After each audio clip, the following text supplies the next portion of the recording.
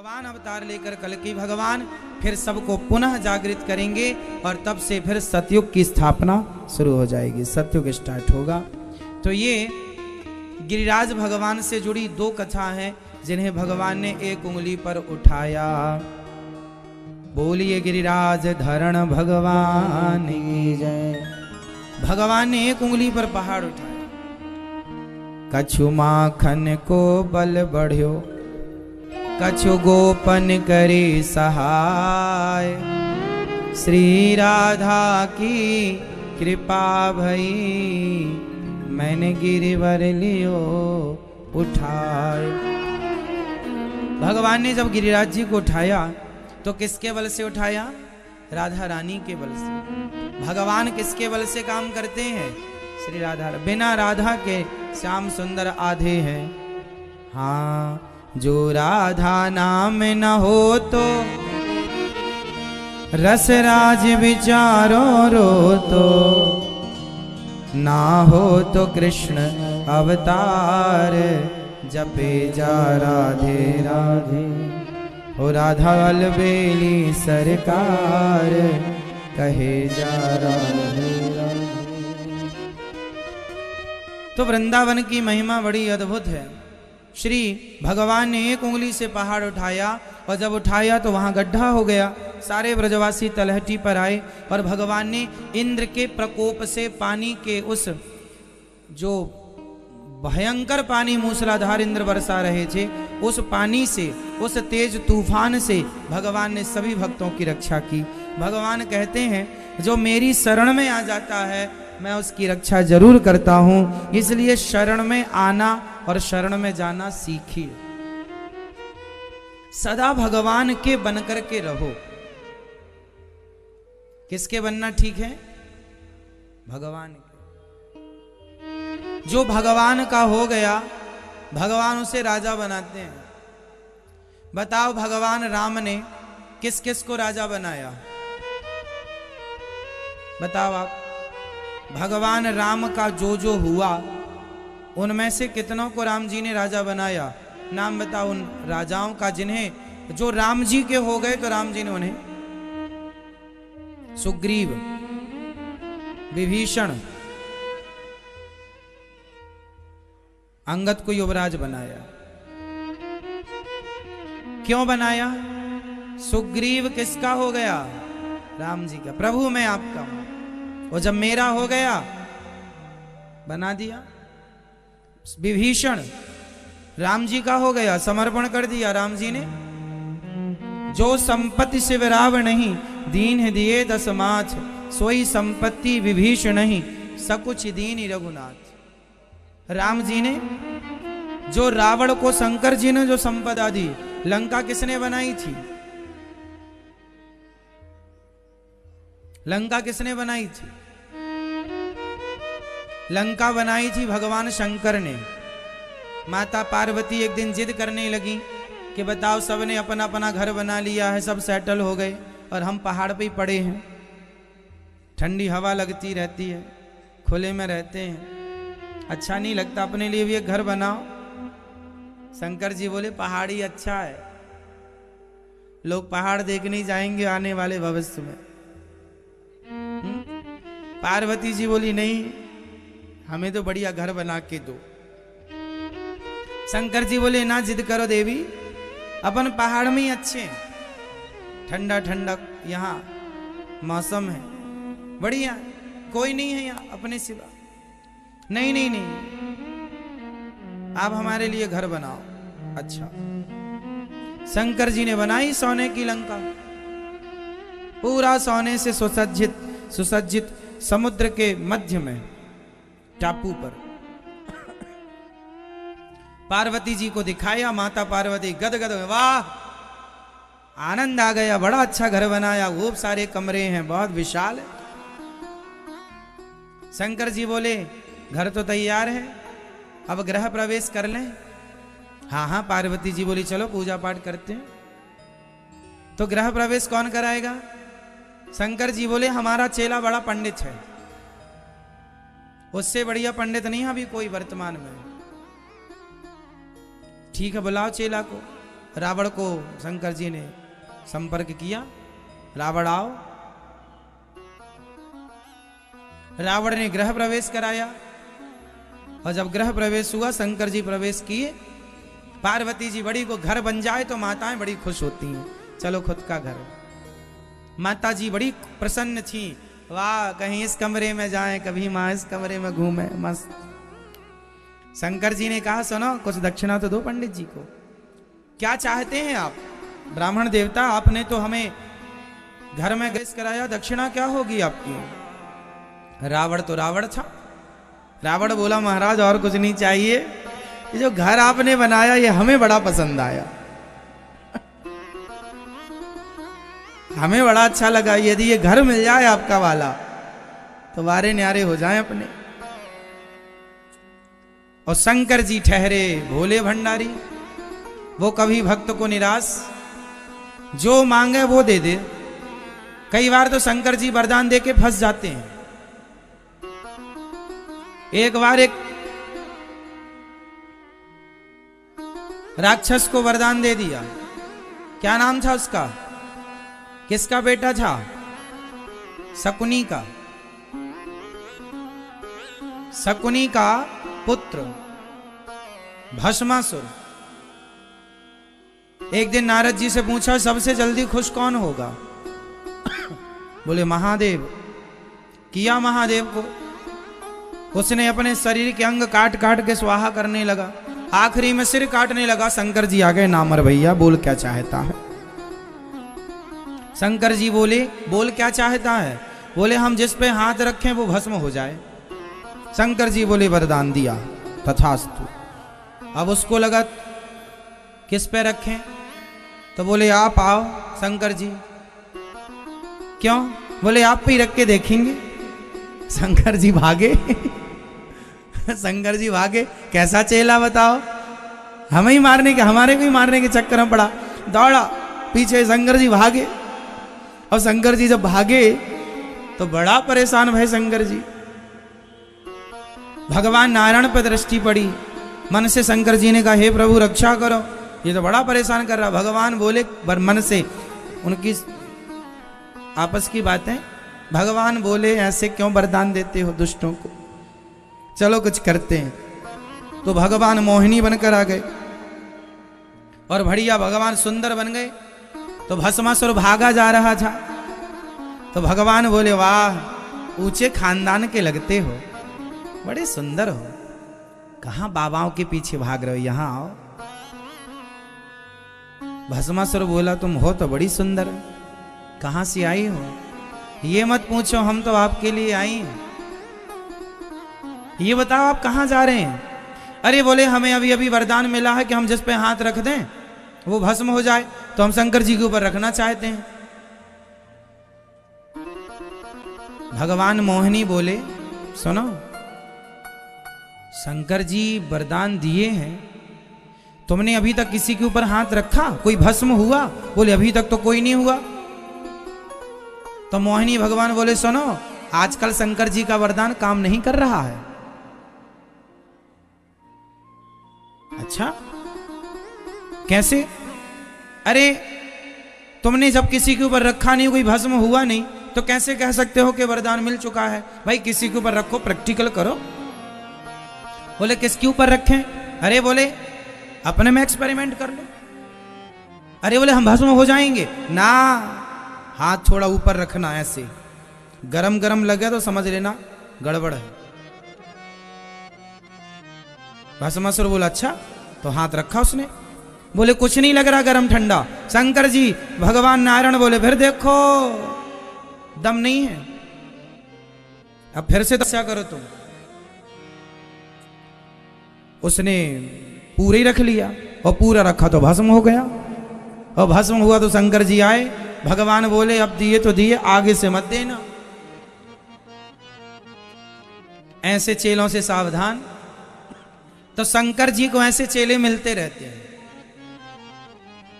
एक रावण मिला, घर ही छीन लिया, बोला ये घर हमें दो। शंकर जी बोले पार्वती जी अंदर वहां अपना सब सामान जमा रही थी, अपना सूटकेस वगैरह। शंकर जी बोले चलो वापस भरो कपड़े लत्ते। चलो। बोले क्या हुआ? बोले घर गया। कौन ले गया? बोले पंडित जी ले गए रावण। पार्वती जी बोली क्यों? बोले इसने दक्षिणा में मांग लिया, हमें ये घर दे दो। शंकर जी बोले अपनी किस्मत में है ही नहीं घर वर, अपन तो वहीं रहो पहाड़ में। शंकर जी के साथ पार्वती जी जाने लगी, पर माता पार्वती ने श्राप दे दिया। अरे मूर्ख, दूसरों का घर छीनता, जा मैं श्राप देती हूं, तू इस लंका में रहेगा जरूर पर सुखी नहीं रहेगा इस लंका में। इसलिए लंका में जब तक रावण रहा कोई ना कोई परेशानी से वो जूझता ही रहा। तेरा सर्वनाश हो जाएगा, ऐसा पार्वती जी कह कर गई। परिणाम यही है कि जब आप किसी दूसरे की संपत्ति पर नजर रखते हैं, किसी दूसरे का धन हड़पते हैं, तो सर्वनाश की स्थितियां पैदा हो जाती हैं। इसलिए कभी किसी की संपत्ति पर, किसी के धन पर, किसी के परिवार पर, स्त्री पर, पुरुष पर, धन पर गंदी निगाहें, गलत निगाहें ना रखो, वरना परिणाम बुरा होगा। तो लंका भगवान शंकर ने बनाई। भगवान तो पहाड़ पर रहते हैं और भगवान शंकर के भक्त सोने की लंका में रहता है। देख लो, भगवान शंकर अपने लिए कुछ नहीं जोड़ते, सब भक्तों को दे डालते हैं। तो भगवान शिव की बनाई हुई लंका जहां रावण रहता है। तो अर्थ यह निकला कि भगवान परम दयालु होते हैं और अपनी लीलाएं भगवान इसी तरह करते हैं। भगवान राम जो संपत्ति राम जी की शरण में जो आए राम जी राजा बना देते हैं। विभीषण आया राजा बनाया, सुग्रीव आया राजा बनाया। अच्छा, सुग्रीव अच्छे आदमी थे कि नहीं? बताओ, सुग्रीव अच्छे आदमी थे कि नहीं? बोलो फटाफट। नहीं थे, सुग्रीव अच्छे आदमी नहीं थे। सुग्रीव को भगवान पर रत्ती भर भरोसा नहीं था।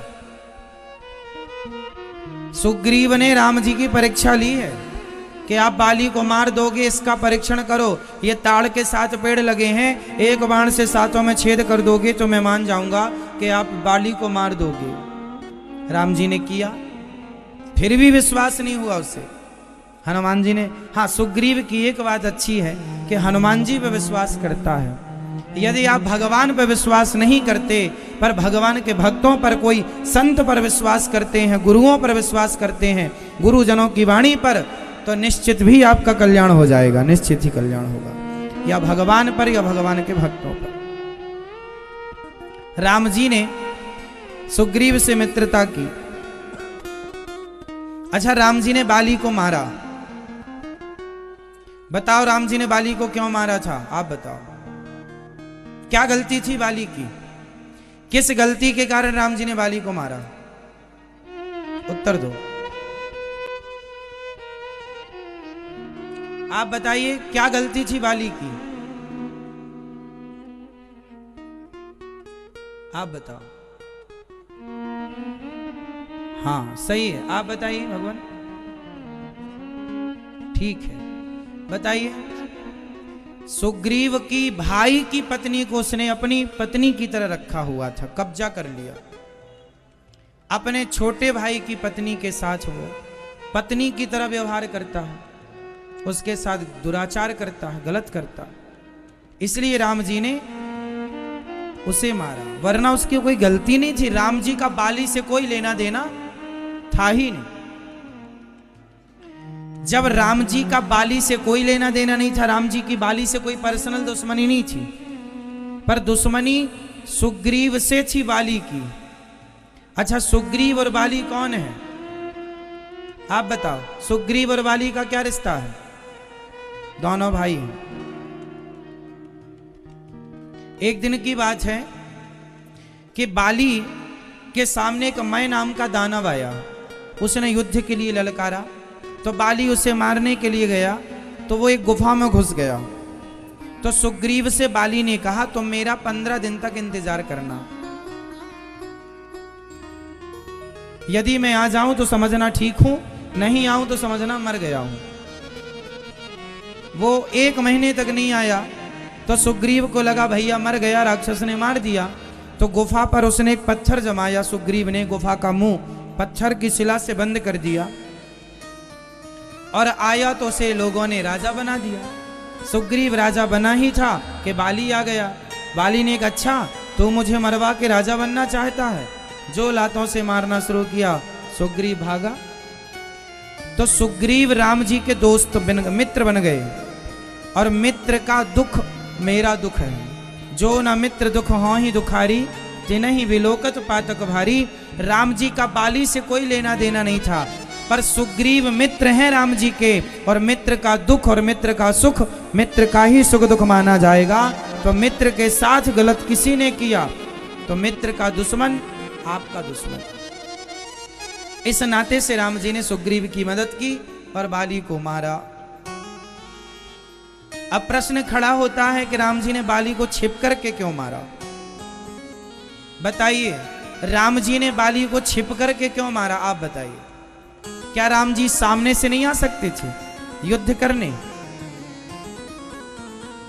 बाली का आधा बल सामने वाले पर आता था, ऐसा आप लोगों ने सुना है, पर शास्त्रों में यह बात कहीं लिखी नहीं है, इसलिए यह बात प्रमाणित नहीं है। ये सुनी बात है, परंपरागत कही जाती है कि बाली के पास इतनी ताकत थी कि उस सामने वाले की आधी शक्ति बाली के पास आ जाती थी। ये बात कही जाती है, पर यह बात कहीं आज तक किसी भी रामायण में किसी भी ग्रंथ में लिखी मिली नहीं है, इसलिए यह बात प्रमाणित नहीं। कारण कुछ और है। और राम जी भगवान हैं, उन्हें छिपके मारने की क्या जरूरत थी? सामने वाले की शक्ति आ जाती है, ये बात केवल परंपरागत कही जा रही है, ये बात लिखित में नहीं है किसी पे वेद पुराण में। इसलिए ये कही बात तो कही सुनी तो जाती है, पर लिखित में ये अप्रमाणित है कि बाली के पास ऐसी कोई शक्ति थी। फिर अब आपको दूसरा रीजन बताना होगा, राम जी ने बाली को छिप करके क्यों मारा? इसका कारण क्या था? क्या था? कौन बताएगा? दादाजी आप बताएंगे। राम जी ने बाली को छिप करके क्यों मारा? सामने से भी तो मार सकते थे। अब ध्यानपूर्वक ये देखो, ये सवाल हमेशा खड़ा रहता है। आज मैं इसका समाधान आपको करूंगा, उत्तर दूंगा। आप भी आगे जब कभी आपसे भविष्य में कोई ये प्रश्न करे तो आप उत्तर दे सकें, इसलिए ये दास आपको बता रहा हूं शास्त्रों के उस मर्म को, उस गहराई को, जिससे आप अभी तक शायद अछूते हैं। सुनिए, राम जी ने बाली को छिप करके क्यों मारा? छिप कर इसलिए मारा क्योंकि यदि राम जी सामने से मारते तो बाली राम जी को देख लेता, और देखता तो राम जी की शरण में चला जाता बाली। हो सकता है बाली राम जी की शरण में चला जाता कि हे प्रभु आप तो भगवान। बाली जानता था कि ये भगवान है। यदि राम जी सामने खड़े हो जाते और बाली राम जी की शरण में चला जाता तो शरण में आए हुए को राम जी माफ कर देते हैं। ये राम जी का वचन है। राम जी कह रहे हैं, सन्मुख हो ही जीव मोहि जबहि, जन्म कोटि यघ नासहि तबहि। कोई मेरे सामने आता है और मेरे से माफी मांगता है, मेरी शरण में आता है, वो कितना भी बड़ा अपराधी हो मैं उसे माफ कर देता हूं। तो राम जी बाली को क्षमा कर देते यदि वो शरण में आता तो, और यदि क्षमा करते तो राम जी ने अपने मित्र सुग्रीव को एक वचन दे दिया था। राम जी ने सुग्रीव को एक वचन दिया था। क्या वचन दिया था? सुन सुग्रीव मारी हूं बाल ही एक ही वाण, ब्रह्म रुद्र शरणागत गए न उबरे हैं प्राण। सुग्रीव सुन, मैं बाली को एक ही बाण से मारूंगा। उसने तेरी पत्नी के साथ अत्याचार किया है, मैं तेरे दुश्मन बाली को एक बाण से मारूंगा। ये वचन राम जी ने अपने मित्र सुग्रीव को दिया था। राम जी अपने मित्र को वचन दे चुके थे। फटाफट बोलो, राम जी अपने मित्र को वचन दे चुके थे कि एक ही बाण से मारूंगा, और दूसरी तरफ यदि बाली शरण में आ जाता तो राम जी ना मारते, और राम जी ना मारते तो दिया हुआ वचन झूठा हो जाता, और राम जी की बात झूठी हो जाती तो मर्यादा टूट जाती। फिर मर्यादा पुरुषोत्तम है जिनकी बात ना खंडित हो। राम जी एक बार बोलते हैं, दो बार नहीं बोलते। राम एक बार बोलते हैं, दो बार नहीं बोलते। तो राम जी अपने मित्र को दिया वचन पूरा करने के लिए, इसलिए राम जी पेड़ की ओट में खड़े होकर, पेड़ के नीचे खड़े होकर। अच्छा एक बात और बताएं, यहां पर एक पेड़ की ओट में खड़े हैं राम जी, पीछे खड़े हैं, छिपकर खड़े हैं, ऐसा तो वर्णन है ही नहीं। पेड़ की ओट में खड़े हैं। ओट मतलब नीचे भी होता है ना, ओट मतलब नीचे भी होता है। तो राम जी एक पेड़ के नीचे खड़े हैं। अब बाली राम जी को ना देखे तो राम, तुमने क्यों नहीं देखा, राम जी तो खड़े थे। राम जी ने बाण मारा, बाली मरा। बाली ने प्रश्न किया, आपने मुझे क्यों मारा, मैंने आपका क्या बिगाड़ा है। राम जी ने कहा, तूने मेरा तो कुछ नहीं बिगाड़ा, पर तूने धर्म का बिगाड़ा है। धर्म कहता है कि अनुज वधु भगनी सुत नारी, सुन सट कन्या समय चारी, इन्हीं को दृष्टि विलोकय जोई, ताहि बधे कछु पाप न होई। अनुज वधु अपने भाई की पत्नी, अपनी बहन, अपने पुत्र की बहू, मतलब आपके बेटे की धर्म पत्नी, बहू, ये सब हमारे लिए कन्या होती हैं। छोटे भाई की पत्नी, मेरी सगी बहन, मेरे पुत्र की पत्नी, ये सारे लोग हमारे लिए पुत्री की तरह हैं। छोटी बहन बड़े भाई की पुत्री की तरह मान्य होती। बहन तो है, जैसे बड़ा भाई बाप होता है, बाप नहीं होता पर बाप की तरह मान्यता हमारे धर्म में मिलती है। बड़े भाई को किसकी मान्यता मिलती है, पिता की, ये बड़े पिता के तुल्य हैं। ऐसे मेरी जो बहन है, छोटी है, तो वह मेरी पुत्री के तुल्य है। तो अनुज वधु भगनी सुत नारी, सुन सठ कन्या समयचारी। अपने भाई की पत्नी को अपनी बेटी की तरह रखना चाहिए, अपने बेटे की पत्नी को बेटी की तरह रखना चाहिए। और तुमने उसके साथ दुराचार किया तो तुम जैसे अधर्मियों को अधर्म से मार देना ही धर्म है। तुम जैसे अधर्मियों को अधर्म से मार देना ही धर्म है। एक बात बताएं, धर्म से युद्ध उनके साथ किया जाता है जो धर्मात्मा हो। जब आप ही धर्मात्मा नहीं हैं तो हम आपसे धर्म का क्या युद्ध करें। आपने कौन सा धर्म का पालन किया। छोटे भाई की पत्नी के संग आप रह रहे हैं, धर्मात्मा होते तो तुम्हें मारने की नौबत ही ना आती। समझ रहे हैं, अधर्मी को अधर्म से मार देना ही धर्म है। जैसे मरे वैसे मारो अधर्मी को, उसके लिए धर्म का पाठ पढ़ने की जरूरत नहीं है। धर्म का पाठ उनके लिए है जो धर्मात्मा है। धर्मी के साथ धर्म हो, अधर्मी के साथ तो अधर्मी को अब जैसे मरे मारो। तो तुम जैसे अधर्मी जैसे मरे मार दो, यही धर्म है। इसलिए राम जी ने बाली को मारा, राजा बनाया। तो भगवान की शरण में जो आए राजा बनाते हैं। तो भगवान, सारे ब्रजवासी भगवान की शरण में गए तो भगवान ने भक्तों के लिए गिरिराज जी उठाया। बोलिए गिरिराज धरण भगवान की। बताओ भगवान ने कितने दिन तक गिरिराज जी उठा के रखा।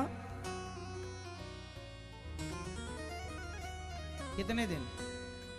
भगवान श्री कृष्ण ने कितने दिन तक गिरिराज जी को उठाया, आप बताइए।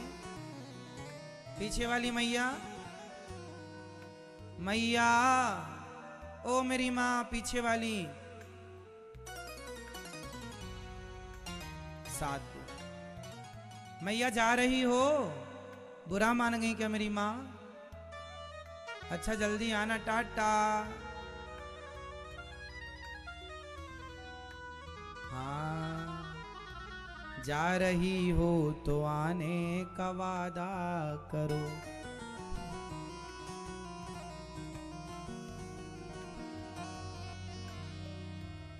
मैया बैठो मेरी माँ, तुम्हें जगह ही नहीं मिल रही है, कहां से कहां चली आई। बैठ जाओ मेरी माँ।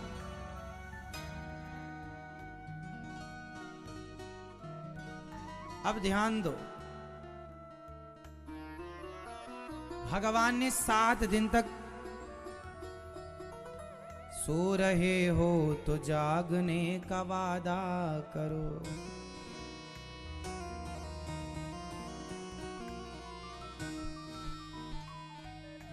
सुनो, भगवान जी ने कितने दिन गिरिराज जी उठा रखा? 7 दिन। 7 दिन बाद भगवान जी ने रखा। चलो फटाफट बताओ, भगवान श्री कृष्ण को छपरानी विराजी। प्रिय भक्तों, शरद पूर्णिमा की रात आई। आज भगवान ने रास रचाने का मन बनाया।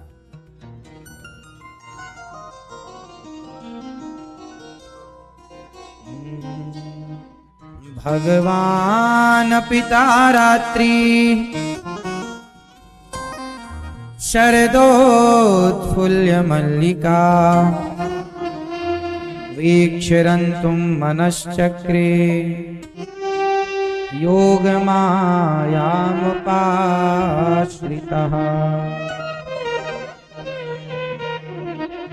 भगवान अपि, आज भगवान सुखदेव भगवान लिख रहे हैं, कह रहे हैं परीक्षित जी से, आज शरद पूर्णिमा की रात्रि आई और आज भगवान ने गोपियों के संग रास रचाने का मन बनाया। भगवान ने गोपियों के संग रास कब रचाए? शरद पूर्णिमा की रात्रि को। इसलिए भगवान के हाथों में, बिहारी जी के हाथों में बांसुरी केवल शरद पूर्णिमा के दिन ही दी जाती है, क्योंकि भगवान ने बांसुरी शरद पूर्णिमा के दिन बजाई संसार के लोगों के लिए। शरदोत्फुल्ल मल्लिका वीक्षरन्तुं। आज भगवान का मन हुआ है रमण करने का। रंतुम मनश्चक्रे, आज मन में रमण करने का मन हुआ तो योग माया मुपाश्रिता, भगवान ने आश्रय किसका लिया? श्री राधा रानी का। योग माया मतलब श्री राधा रानी। आज भगवान ने राधा रानी का आश्रय लेकर और आज रास रचाने का मन बनाया। आज मैं आपको रास के संबंध में जो भागवत में लिखा हुआ है वो मैं आपको समझाऊंगा, ध्यान से समझिएगा। ये विषय पर बड़े क्वेश्चन होते हैं, बड़े प्रश्न खड़े होते हैं, आज मैं आपको क्लियर करूंगा।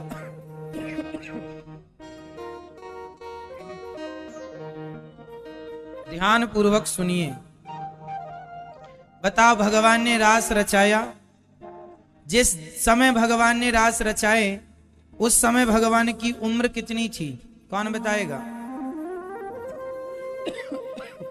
मैया बताओ कितनी थी मेरी माँ?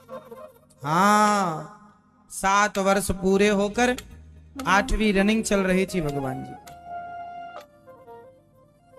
भगवान कितने साल के थे? 7 वर्ष के थे, 8वीं रनिंग, तो 7वां ही बोला जाएगा, 7 वर्ष। भगवान 7 साल के थे जब भगवान ने रास रचाने का मन बनाया।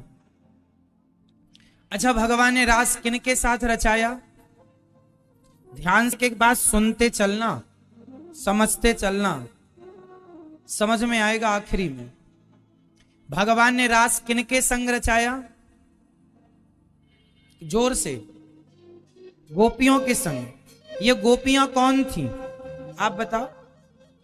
मैया बताएंगी, पीछे वाली मैया चश्मा वाली बताओ मेरी माँ, बताओ ये गोपियां कौन थी? कौन सी बताओ? बैठो रहो, बैठे बैठे बताना। बताओ बताओ, हाथ ना उठाओ, बताओ बताओ कौन सी गोपियां? गोपियां थी ये तो हम कह ही रहे, पर ये गोपियों के रूप में कौन है समझना ये है। कौन है गोपियां? ये गोपियां कौन थी? कौन? पीछे वाली मैया सुन रही हो मेरी मां? आवाज आ रही है? पीछे आ रही है तो हाथ उठाओ। ठीक है, आ रही है। सुनो, ये गोपियां कौन है? जब राम जी सीता स्वयंवर में माता सीता के संग विवाह कर रहे हैं, तो जो सीता मां की सखियां हैं, जनकपुर की सखियां जब राम जी को देखती हैं तो मन में सोचती हैं, क्या ऐसे पति हमारे होंगे? क्या ऐसे पति हमारे होंगे? राम जी बोले, इस जन्म में तो नहीं, पर अगले जन्म में हम तुम्हारी सारी इच्छाएं पूरी करेंगे। माता सीता की वो तमाम सखियां, उन माता सीता की सखी इस जन्म में जो भगवान को पति के रूप में चाहती थी। अच्छा बताओ, भगवान को पति के रूप में कोई स्त्री मानने लग जाए तो वो गलत है या सही है? हाँ? जोर से हाँ? आप बताओ, सही है गलत? आप बताओ, सही है गलत? बताओ। कोई स्त्री भगवान को पति के रूप में मानने लग जाए तो वो सही है कि गलत है?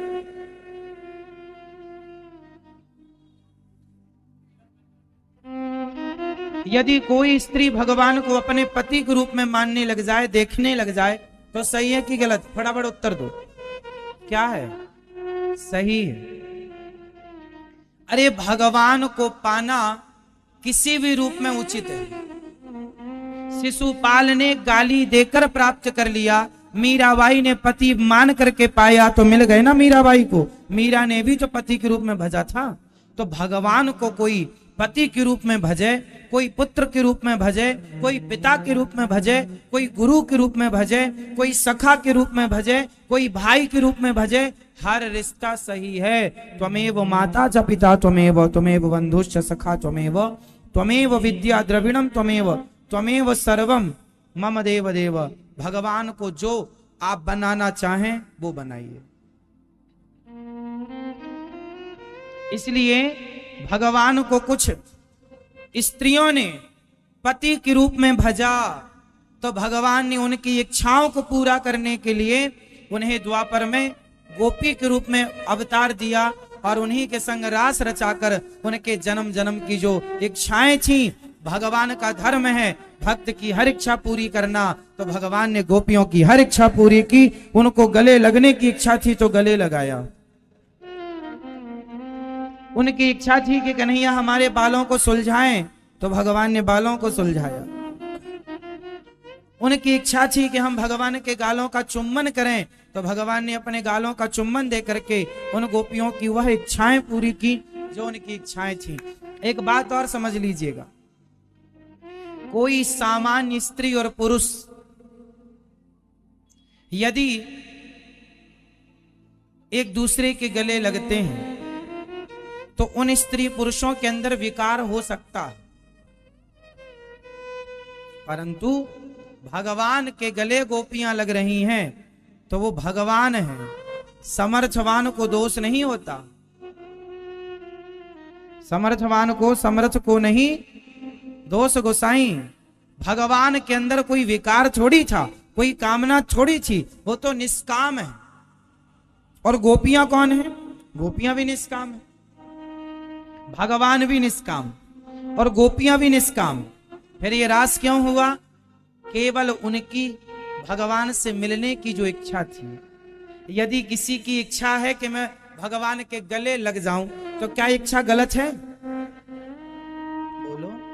इसलिए सारी गोपियों के संग भगवान ने जो रास रचाया, ये गोपियां वेद की ऋचाएं हैं। वेद की ऋचाएं जनकपुर की गोपियां। और राम जी जब जंगल गए तो वहां जितने साधु संत थे, भगवान सबसे मिल ना पाए, भगवान बोले अगले जन्म में त्रेता द्वापर में हम कृष्ण बनेंगे, आप गोपियां बनके आपको मेरे गले लगने का अवसर मिलेगा, तब मैं आपकी इच्छा पूरी करूंगा। भगवान ने इन सभी गोपियों की इच्छाएं पूरी की है, और ये इच्छाएं पूरी करना भगवान को अपनी गोपियों की कोई अपराध नहीं। प्रिय भक्तों, भगवान जो करते हैं ना वो अच्छा करते हैं। भगवान एक बार परीक्षित जी को संदेह हो गया कि ये कैसा, भगवान गोपियों के संग नृत्य कर रहे हैं, स्त्रियों के संग। तब सुखदेव भगवान ने कहा, राजन एक बात बताओ, आप कहते हैं कि भगवान श्री कृष्ण ने गोपियों के संग रास क्यों रचाया, तो मुझे एक बात बताओ, शंकर जी ने जहर पिया था कि नहीं? फटाफट उत्तर दो, हाँ या ना में। क्या शंकर जी मरे? आप जहर पीते उतना जितना शंकर जी ने पिया तो आप बूंद भर जहर में हम मर जाते हैं, पर शंकर जी जहर पी गए तो उनका बाल विवाह का नहीं हुआ। इसका मतलब यह है कि हम अपने से शंकर जी की तुलना नहीं कर सकते, हम अपने से भगवान की तुलना, हम जीवात्मा है, वह परमात्मा है। क्या है वो? भगवान है। हम जहर पिएंगे तो मर जाएंगे। शंकर जी, भगवान श्री कृष्ण, आप आग पी सकते हो? आग पी सकते हो? भगवान श्री कृष्ण के बारे में लिखा है भागवत जी में कि एक बार जंगल में आग लग गई थी और उस आग में भगवान के ग्वाल वाल और गाय घिर गई थी, तब भगवान ने आग पी ली थी। लिखा हुआ, अग्नि का पान किया।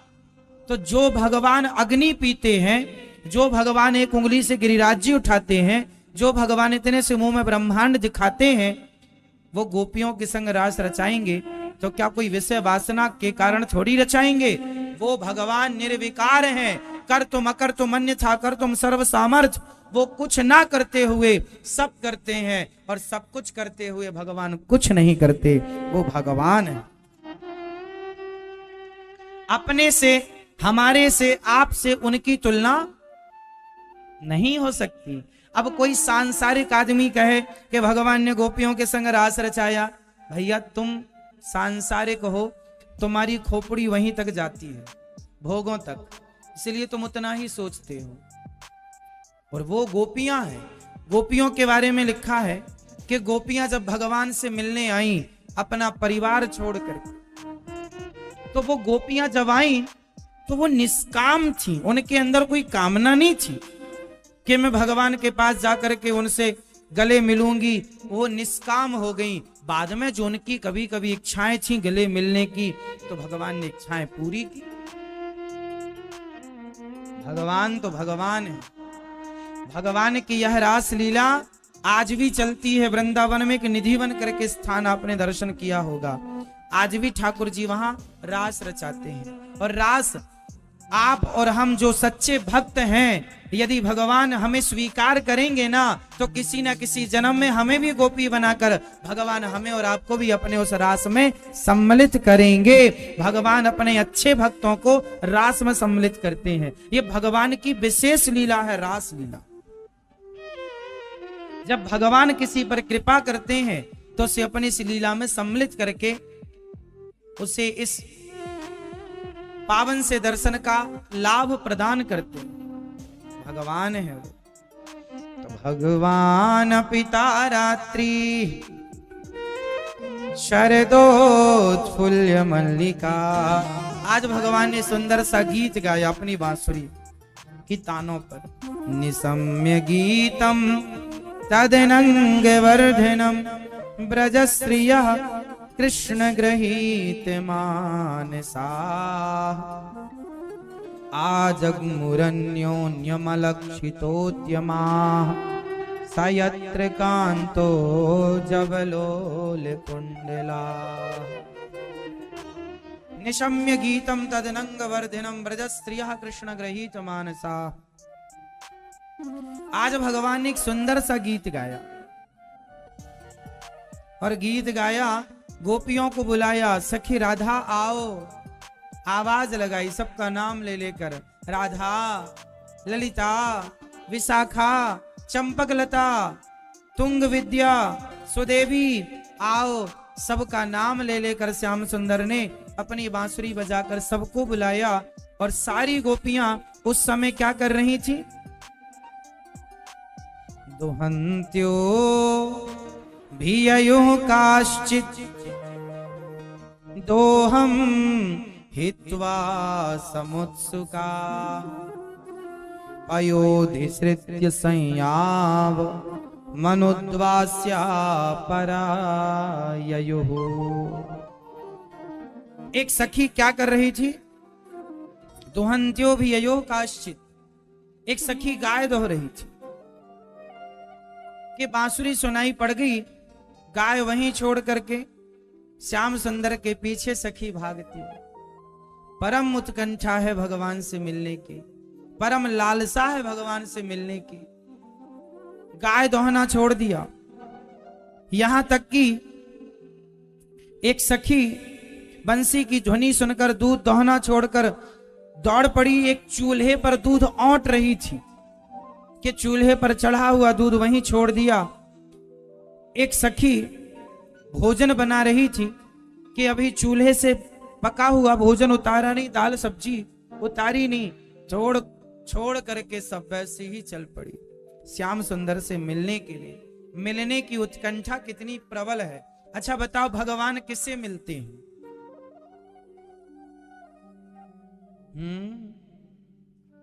जागो मोहन,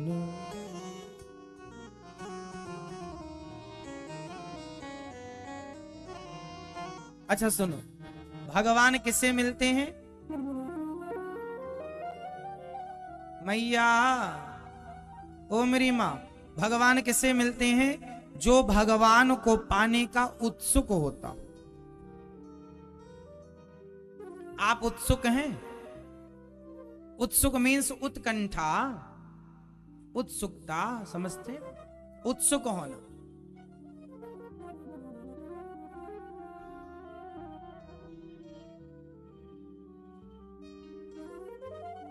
तो उत्सुक, एक्साइटेड होना, बहुत सारा प्रेम गोपियों के अंदर है, और वह भगवान से मिलने की इतनी उत्सुक हैं कि गाय दोहना, बर्तन उतारना, बच्चों को दूध पिलाना, परिवेशयन्तस्तद्धित्वा पाययन्त्यः शिशून् पयः शुश्रूषन्त्यः पतीन् काश्चित् दशनन्त्योपास्य भोजनम्। परिवेशयन्तस्तद्धित्वा, यहां भगवान श्री सुखदेव भगवान कह रहे हैं कि गोपियां भोजन परोस रही थी, भोजन परोसना छोड़ करके काम कर रही थी, काम छोड़कर, क्योंकि भगवान से मिलने की अत्यधिक उत्कंठा है, उत्सुकता है। भगवान को वही पाएगा जो भगवान से मिलने के लिए तड़पता है। कैसे तड़पना पड़ता है बताओ? भगवान से मिलने के लिए कैसी तड़प चाहिए? दादाजी बताओ आप, भगवान से मिलने के लिए कैसी तड़प चाहिए? भगवान किससे मिलेंगे? कितनी तड़प? क्योंकि सबका एक निश्चित होता है ना कि आपको फौजी बनना है, सेना में जाना है, तो आपका सीना इतना हो, आपकी हाइट इतनी हो, आपका ये इतना हो, वो इतना हो, दौड़ ऐसी हो। क्यों जी? एक आपको आईएएस बनना है तो आपके पास ये डिग्रियां होनी चाहिए, ये आपकी शिक्षा होनी चाहिए। आप आईपीएस की तैयारी कर रहे हैं, आपकी ये, आप डॉक्टर बनना चाहते हैं तो आपके पास ये योग्यता होनी चाहिए। आप एडवोकेट बनना चाहते हैं, आपके पास ये योग्यता। मतलब हर फील्ड की एक अपनी अपनी शिक्षा का स्तर है, ये होना चाहिए। अब मैं आपसे एक सवाल कर रहा हूं कि भगवान को पाने के लिए कौन सी योग्यता चाहिए? क्या चाहिए? भगवान को पाने के लिए क्या चाहिए? जोर से। भगवान को पाने के लिए भगवान से मिलने की उत्सुकता चाहिए। क्या चाहिए? क्या चाहिए? उत्सुकता। क्या चाहिए मेरी मां? क्या चाहिए? उत्सुकता। उत्सुक समझते हैं ना, उत्सुक होना।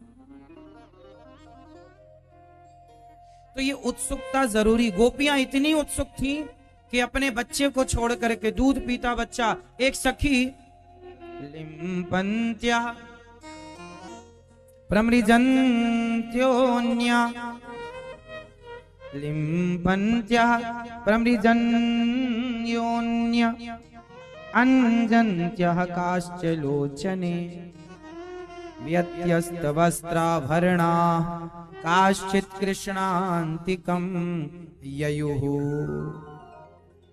लिम्पन्त्यः, लिम्पन्त्यः प्रमृजन्त्योन्या।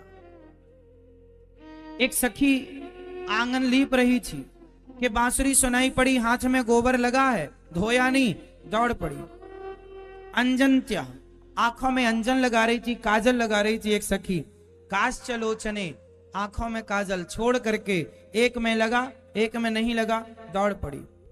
व्यत्यस्त वस्त्राभरणा, एक वस्त्र पहन रही थी कि बांसुरी सुनाई पड़ी, जो वस्त्र जहां पहना, जितना पहना उतना ही। ये नहीं कि हमने आधे पहन लिए हैं तो पूरे ना, जितना पहना उतने ही पहन के दौड़।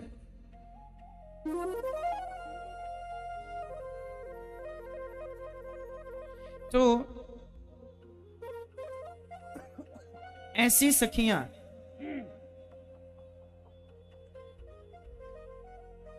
ऐसी सखियां जब दौड़ करके भगवान से मिलने की उत्सुक होकर दौड़ी, सारी गोपियां जब चली तो भगवान ने उन गोपियों को बुलाया तो था ही। सारा काम धाम छोड़ छोड़कर भगवान को वही पाएगा जो भगवान से मिलने की उत्सुकता रखेगा। तड़प कैसी हो? जैसे मछली तड़पती। भगवान से मिलने की तड़प कैसी हो? सुनो मैया, एक आदमी स्वामी विवेकानंद जी से बोलता है कि क्या आप हमें भगवान से मिला सकते हैं? स्वामी जी बोले बिल्कुल मिला सकते। तो मिलाओ। स्वामी जी नहा रहे थे गंगा जी में, वो बार बार कहे भगवान से मिलाओ, भगवान का दर्शन कराओ। स्वामी जी बोले आजा। पानी में बुलाया, कमर तक पानी में उसे ले गए। स्वामी जी बोले डुबकी लगा गंगा जी में। जब उसने डुबकी लगाई तो स्वामी जी उसके ऊपर चढ़ गए, पानी के अंदर डुबाए रखा उसे पूरी ताकत से। स्वामी विवेकानंद जी ने पानी के अंदर दबाए रखा, वो छटपटाने लगा। छटपटाया तो पूरी ताकत से ऊपर आया, लंबी सांस ले, बोले मारोगे हमें क्या? स्वामी विवेकानंद जी बोले क्या हुआ? अरे बोले हम छटपटा रहे थे पानी के अंदर। स्वामी जी ने कहा तुम किसके लिए छटपटा रहे थे? बोले सांस के लिए, ऑक्सीजन के लिए, अपनी जिंदगी के लिए। स्वामी जी बोले जैसे तुम ऑक्सीजन के लिए छटपटा रहे थे पानी के अंदर, उसी तरह जिस दिन भगवान के लिए छटपटाओगे उसी दिन भगवान का दर्शन हो जाएगा। इतनी छटपटाहट तो हो जितनी छटपटाहट एक मछली के अंदर होती है। मछली कैसे तड़पती है? बताओ मछली किसके लिए तड़पती है? हाँ, पानी के लिए। तो जैसे मछली पानी के बिना नहीं रह सकती, उसके लिए तड़पती है, ऐसे भक्त जब भगवान के लिए ना, भगवान के बिना ना रहे, भगवान के लिए तड़पे, समझ लेना कि वो भगवान को प्राप्त करने की सही दिशा पर आगे बढ़ रहा है।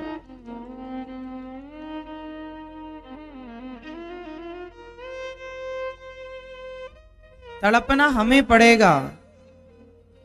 सारी गोपियां जब चली तो एक सखी के पति ने हाथ पकड़ लिया, बोले तुम नहीं जाओगी।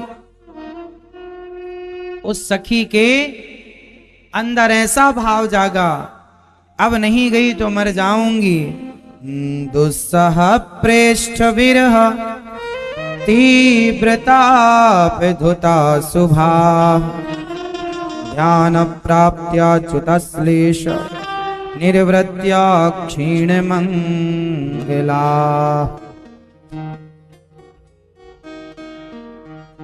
सखी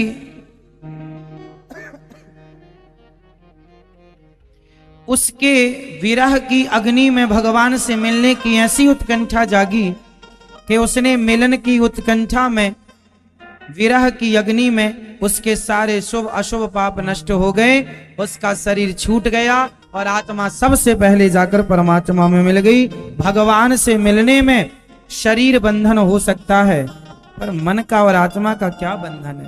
सारी जब गोपियां आई तब भगवान ने कहा, स्वागतम वो महाभागा प्रियम किम करवाणि वह, ब्रजस्या नामयं कच्चिद ब्रूता गमन कारणम।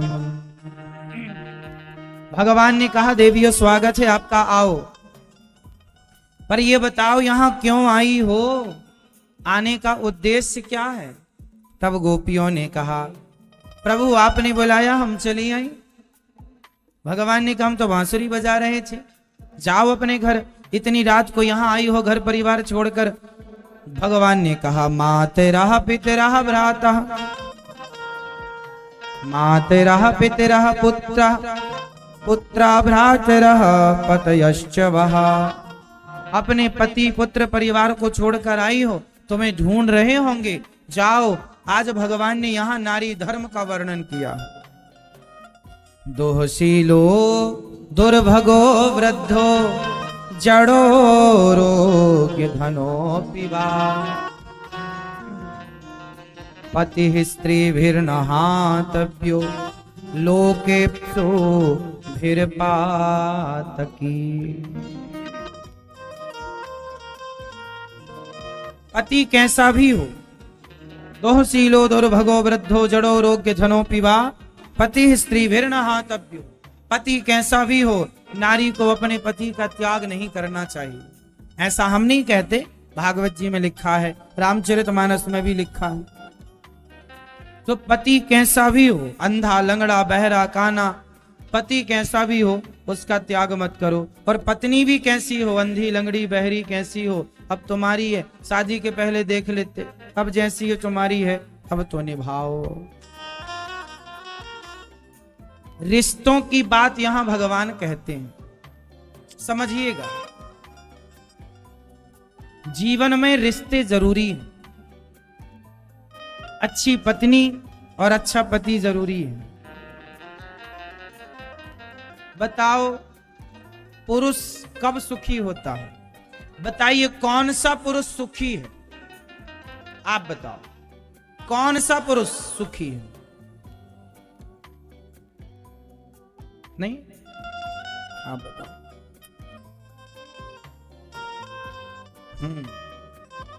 जिसकी पत्नी अच्छी हो, जीवन संगनी अच्छी हो, वो सुखी है।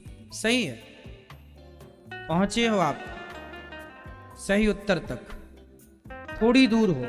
बताओ भैया, उत्तर दे दो भैया, बताओ। बहुत सोए आज, अब जागो, बताइए इस धरती पर सबसे सुखी पुरुष कौन है। किस पुरुष को आप कह सकते हैं कि तुम बड़े सुखी हो। बताइए इस धरती पर सुखी पुरुष कौन है, क्या पहचान होती है सुखी पुरुषों की।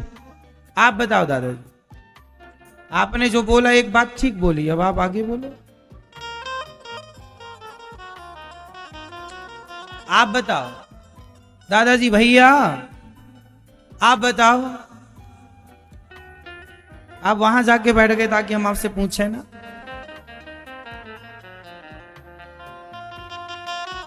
कौन सुखी है संसार में, कौन सा पुरुष? सुनो, चाणक्य कहते हैं जिस पुरुष की पत्नी आज्ञाकारी हो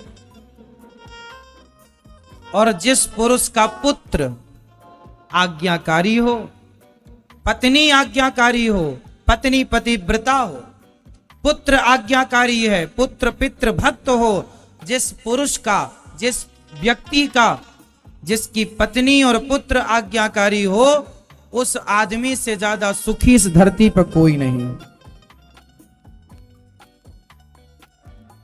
भाई धन दौलत अपनी जगह है, करोड़, पर बेटा सुनते ही नहीं, पत्नी सुनती नहीं, करोड़ तुम्हें शांति ना दे पाएंगे।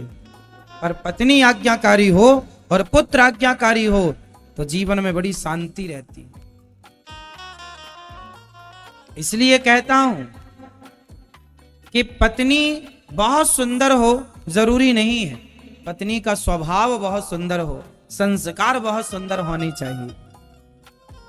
पुत्र इतने बढ़िया संस्कार दो, पढ़ाओ लिखाओ बच्चों को, पर संस्कार ऐसे देना कि वह आपकी बात, आपका सम्मान सदा करें, आपकी सेवा करने को ही वो धर्म माने।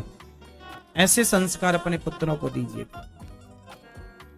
कई समाज में, मैं आज ही एक वीडियो देख रहा था व्हाट्सएप पे, मेरा मन हुआ था कि आपको दिखाऊं, पर मैं सोचा क्या करूं, आपको दिखाकर बता दूं। एक बूढ़ी सास थी, चलना नहीं आ रहा था, उसकी बहू ने, किसी ने वीडियो बना ली तो मैंने देख ली, आपने देखी हो व्हाट्सएप में। सास है ऐसे चल रही है, बिल्कुल पांव और हाथ भी नीचे, मतलब कमर झुक चुकी है बूढ़ी माँ की, लगभग 90 साल से पार थी, और बहू इतना बड़ा डंडा लेके आई और सड़क में सबके सामने मारा अपनी सास को, इतना मारा कि लाठी टूट गई। और इतनी बुजुर्ग थी, 90 साल की, चिल्ला रही है बेचारी, रो रही है, और बहू अपनी सास को पीट रही है। मतलब इंसानियत कहां चली गई पता नहीं। इसलिए आपसे प्रार्थना है, जो व्यवहार हम आपके साथ करेंगे वही व्यवहार वापस हमें मिलेगा। इसलिए वही व्यवहार कीजिए जो आपको अच्छा लगे, क्योंकि जो आप करेंगे भगवान वही आपको वापस देंगे। क्योंकि जो आप कर रहे हैं वो अपने लिए कर रहे हैं, किसी और के लिए नहीं, क्योंकि वो हमें मिलना है और वो मिलके रहेगा। जैसी करनी वैसी भरनी, आज किया कल पाएगा, चढ़ता सूरज धीरे धीरे ढलता है, ढल जाएगा। समझ रहे हैं? तो आपको उत्तम बहू बनना है, उत्तम पति बनना है, उत्तम पत्नी बनना है, उत्तम सास, उत्तम बहू, मतलब जहां हो, जिस रिश्ते में हो, आप वहां उत्तम बन के रहिए, मध्यम भी नहीं, गलतियां ना हो। समझ रहे हैं? उत्तम बनिए, अच्छे पिता बनो, अच्छे पुत्र बनो, अच्छे पति बनो, अच्छी पत्नी बनो, अच्छे सास बनो, अच्छे ससुर बनो, अच्छे दामाद बनो, अच्छे परिवार में अच्छे दोस्त बनो, अच्छे शिष्य बनो, अच्छे गुरु बनो, मतलब हर रिश्ता परफेक्ट। अपनी जगह अच्छे बिजनेसमैन बनो, अच्छा मतलब जहां हो अच्छे ही रहो। ठीक है? भाई को भी भाई के साथ अच्छा व्यवहार करना चाहिए। इसलिए रिश्तों को, पति पत्नी की बहुत जरूरत पड़ती है। आज समाज में देखने को मिलता है, जरा जरा सी बातों में तलाक हो जाता है, पति पत्नी में झगड़ा और लड़ाइयां हो जाती हैं। कहते हैं शीशा गलती से टूटता है, रिश्ते गलतफहमियों से टूट जाते हैं, इसलिए टूटने मत दीजिए। संत जी ने एक बात कही है कि रहीमन धागा प्रेम का, आगे आप बोलो, रहीमन धागा प्रेम का मत तोड़ो, चटिकाए टूटे से फिर ना जुड़े, और जुड़े तो गांठ पड़ जाए। ये जो रिश्ते हैं ना, इन प्रेम के धागों को तोड़ना नहीं चाहिए। यदि टूट जाएं और फिर जुड़ जाएं तो जुड़ तो जाएंगे, पर एक गांठ रह जाएगी। इसलिए पति पत्नी में प्रेम हो, माता पिता में प्रेम हो, और प्रेम सबसे होता हुआ भगवान से सच्चा प्रेम हो, यही एक सच्चे अच्छे गृहस्थी की पहचान है, जो अपने परिवार का पालन पोषण करता हुआ जिम्मेदारियां पूरी